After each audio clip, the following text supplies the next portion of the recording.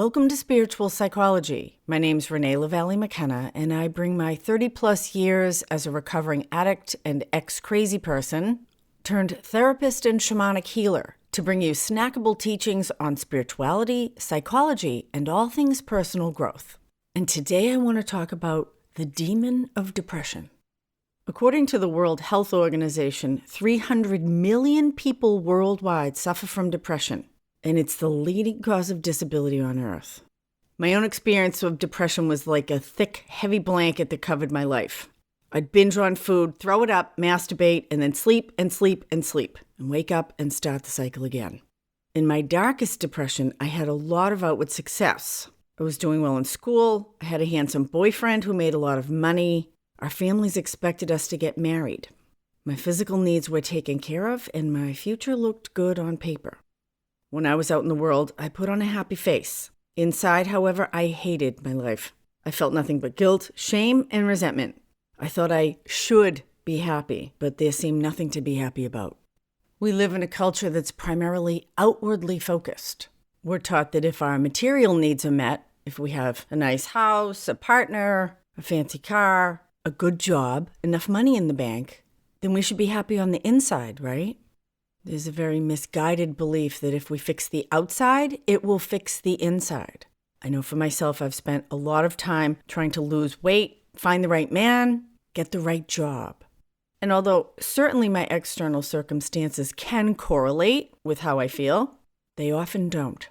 And there's very little instruction in mainstream media, in our schools, in our families, for how to fix the inside. And it's been my experience, both personally in my own growth work and in my work helping others, that we actually need to fix the inside first, and then the outside will take care of itself. And when I talk about the inside, I'm talking about emotionally, spiritually, energetically, relationally. And a lot of times, we can have a pretty big split between the truth of what's happening inside and how things look on the outside. For me, this is the real shadow side of social media, is everybody puts on a happy face and sees everyone else's optimized selfies, and we judge our insides by looking at other people's outsides. And that gap between the interior experience and the external experience is usually a gap of suffering. Now, life is difficult, and that's a fact. And the difficulties of life are a fact for all of us, regardless of how poor or prosperous you are. And dealing with our own authentic suffering is a productive, constructive, helpful process. Our feelings and emotions play an important role in how we process or digest our life experience. And just like when we digest food, we need to take our experiences into our body and go through the whole process of breaking them down and extracting what's nourishing and useful and what wants to be let go of or excreted. And just like digestion, being a human can be wet and messy. And to kill the metaphor, some of us try to pretend like our shit doesn't stink, or maybe like we don't have any at all. And it's very interesting because I had extreme constipation when I was a kid, and it was a direct correlation because I held everything inside. And just like not going to the bathroom in a healthy way, if we don't process our emotions all the way through, then we get sick. First, it's uncomfortable. Ultimately, it could cause a bowel obstruction and you could die. Now, there's no perfect way to process our life or to live it deeply. We each find our own unique way. And there are a lot of ways that we can become dysfunctional or try to avoid the often messy process of spiritual, emotional, and relational digestion. Optimally, we learn to honestly and maturely participate in the conversation with ourselves and with life and with those around us in our own life circumstance. Again, like happens in our intestines, separating out what's nourishing for us and what no longer serves. And depression is a signal that the system's not functioning correctly. So from my perspective, the disease model of depression is misguided. Many people are told that depression is an illness like diabetes. And doctors are trained to believe that once you have depression, you will always have it. And the best you can do is just treat the symptoms and medicate yourself for the rest of your life. This is not my experience. Now, certainly there are physical markers for depression like lowered serotonin levels, fatigue, and sleep disturbance. And the body and the brain are extremely elastic, and they work as a unit. And although certainly modern science has given us amazing insights into the mind and body, one of the big downsides of the scientific approach has been the compartmentalization of different aspects of humans. The mind, the body, the emotions, and the spirit are often seen as separate systems rather than interactive parts of a whole. But in reality, what happens in the body is always reflected in the mind, and what happens in the mind is reflected in the body. So the good news of this is that making constructive changes in any system in our life can affect positive change in the complex as a whole. If you don't do any physical exercise, you will get weaker. If you work out 3 times a week, no matter what age you are, your body will get stronger. And this is true for the mind and the emotions as well. Many studies show that using the brain keeps it in shape, just like push-ups will tone your arms and chest. And our spirit is perhaps the most flexible of all of our systems, and maybe the least exercised. Living in ways that are fulfilling, enriching, connecting, and joy-producing creates incredible positive change in outlook, in our mood, and our feelings. Becoming mindful of the information we ingest, just like the food we eat. The information we consume has tremendous impact on our thoughts and our feelings and our consciousness in general. How much time am I spending on fear-based news, on social media that makes me feel inadequate, or encourages me to put out a fake mask rather than being authentic? What happens internally when I watch violent shows or movies? So considering how I nourish my spirit. And from my perspective, the physical aspects of depression, like anxiety, sleeplessness, fatigue, are the body's expression of a systemic problem. And at its core, quite frequently, the root of that systemic problem is the rejection, the neglect, or the abandonment of my own true self. Now, working with depression is absolutely the hero's journey. And hero's journey is a term coined by the great social archaeologist Joseph Campbell. And he coined the term after he found this mythic story in about every culture on Earth. And the hero's journey is an expression of the universal process of personal growth and maturation. Our personal growth and evolution on a soul level is our work in this lifetime, and the hero's journey is like an instruction manual on how to do it well. So when facing the demon of depression, we need to be willing to go into the cave of our own unconscious, the mystery of ourself. We need to be willing to face down the dragon and bring back the treasure that has been hidden and hoarded for so long. And the reason I do spiritual psychology as opposed to regular Western psychology is that we have access to the unlimited resources of the larger consciousness system. Some might call that God. Some understand it as their own highest self. Some don't understand it at all. But when we open up to the larger consciousness system, we have really infinite resources available to us, and infinite resources trump my own limited ego self-mind that's trying to figure things out and thinks it needs to do it on its own. Now, in my experience, it's important for the intellect to understand and give permission for a process, but intellectual understanding doesn't change anything. It's like talking about taking a shower. In my spiritual psychology work, like many of the amazing cutting-edge therapies that have come out in the last 25 years, internal family systems, lifespan integration, depth hypnosis work, and many others give us the advantage of working directly with the unconscious or the subconscious, or what I call the non-rational aspects of ourself. And that's where most of our suffering lies. Zen Buddhism, lots of meditation practices, body-centered mindfulness, Hakomi, all give us access to resources and experience and possibility for healing and change that the intellectual mind can't touch. They're different systems. Just like my mind can't digest my food, that's my digestive system's job.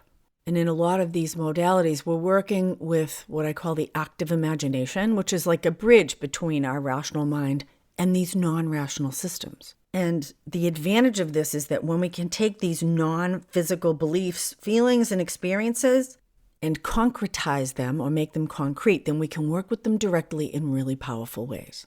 And we can do this with depression as well. So there are a lot of ways to understand the energy of depression. From a spiritual psychology perspective, it's often a protective energetic formation, which at some point was attempting to keep the authentic self from harm. Depression is usually rooted in fear and hopelessness, and it's born from the lie or the misunderstanding that who we really are has no place in the world and will never be supported or loved. In fact, from the perspective of depression, expressing our authentic self, being vulnerable, is often seen as dangerous or even deadly. And it is deadly. It's deadly to the ego self or the mask self that most of us develop. That's this false face that we show to the world. And depression is almost universally experienced as darkness. And there's only one thing that makes darkness go away, and that's the light. And it is by bringing the light of our consciousness, of our compassion, of our honesty into the cave of our own true self that we can dispel the darkness and gather the treasure of who we really are and bring it back into the world for the benefit of ourselves and all of those around us. So often the first step in working with depression is to look at our relationship with the depression itself. Nothing lives in our psychic space without our permission. And whether we're aware of it or not, at some point in our life, this depression has served us. It may serve us as a survival skill that keeps us small and safe, like a way to avoid facing our fears, or it may be a way to press down or block our natural life flow. Again, depression is like a demon in the cave, hoarding our own life energy. So it can be a jarring idea to consider that we have an attachment to something as difficult and damaging as depression. So it's important to understand what the relationship is with depression and to become aware that it may have served us in some way. It may feed us juice, even if that juice is like poison. But when we can open to that possibility that somehow we have a relationship with the depression, it can be key in unlocking the chains. So depression can easily become a part of our identity and the narrative of who we are as a person. Who would I be without my depression? So frequently depression's like a protective device. It shields us from putting ourselves out in the world in ways that we might risk failure or disapproval or rejection. Keeps us from getting hurt. But conversely, depression can also keep us from risking success, hope, and fulfillment. Depression can help us bypass confronting things like going back to school, pursuing creative endeavors, or leaving a dead relationship. Depression can stop us from changing careers or otherwise pursuing our own dreams and goals. For many people, I know this is true for me, it's my own light, not my darkness, that most scares me. For me, I have found that I am usually good at dealing with authentic difficulties. It is facing my own fears of success and failure. The success-failure thing is like a both-sided coin. Fear of success, fear of failure. We'll throw that whole baby out and just climb on the couch. And it's usually in the face of seeming outward success that I experience depression. Often because I'm either afraid of getting my feelings hurt, of losing something I already have, or not getting something I really want. The other place I have experienced depression is what I was talking about earlier, where my outside life doesn't match my inside life. And I think that it should. And that should opens up a chasm of depression. Because should means there's some external expectation that's usually completely disconnected from my own authenticity. The word should is always a flag for me, both in myself and others, particularly when it comes around my feelings. Feelings are information. Now, they can certainly be like the weather, and all weather is valid and important, and it can inform our choices, but we also don't want to let our life be run by our emotions, because those are often unresolved emotions from earlier, less developed phases of our life. I know for much of my life I had a raging 15-year-old and a neglected 4-year-old driving the bus. There was a lot of crashes, you can imagine. And sometimes they still come back up. And rather than telling them to shut the fuck up and put a lid on it, which is a recipe for depression, shoving them down into the cave with the demon, how can I approach my feelings and those voices in my head with love and compassion and mindfulness?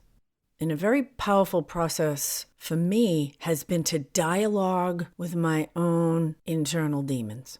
I like to do it journaling. It's a big part of the work that comes through my book, Allies and Demons, Working with Spirit for Power and Healing. Because just like the digestive process, things need to be decomposed. They need to be deconstructed and taken apart Again, so I can receive the nourishment and the information and let go of what's outdated or doesn't serve me. So although on one level I do believe that depression is never without a cause, a lot of times the tragedy of living a prosperous or privileged life is that because the outsides look good, we don't feel like we have a right to internal suffering. And no matter how fancy your job is or how fat your paycheck, on a spiritual, emotional, or relational level, we all have suffering. And accepting the fact of suffering as a human, no matter what my external circumstances, is like giving myself permission to eat the meal of my own life and digest it. Bon appetit. Thanks for listening. If you like this podcast, consider giving 5 stars and a positive review, or pass it on to a friend. If you're interested in finding out how spiritual psychology might be helpful in your life, or learning more about my 3-month mentorship program, send me an email, info@reneemckenna.com. And you can check us out on Instagram, @OpenDoorGrowth. Blessings on your path until we meet again. This is Renee LaValle McKenna for Spiritual Psychology.